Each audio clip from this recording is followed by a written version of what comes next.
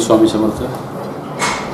सर्व भक्तगणांना महाशिवरात्रीच्या हार्दिक शुभेच्छा।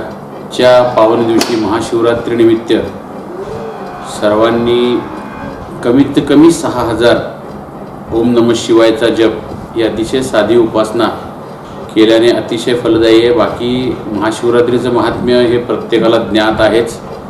शिवलीलामृत वाचन, ओम नमः शिवायचा जप, उपवास या गोष्टींनी महाशिवरात्र अधिक फलदायी होते। आणि रात्रीचं जागरण, रात्रीच्या काळामध्ये 4 याम पूजा असते, ती जरी शक्य झाली नाही तरी कमीत कमी 1 याम जागरण, नामस्मरण या सगळ्यांनी महाशिवरात्रीचं उत्तमोत्तम फळ मिळतं। आणि सगळ्यांचं आयु आरोग्य हे सगळं लाभण्यासाठी, कालातीत जे काही आपल्या अडचणी आहेत ते दूर होण्यासाठी भगवान शिवाची आराधना करून अखंड शिवकृपा प्राप्त करता येते। श्री स्वामी समर्थ। बस।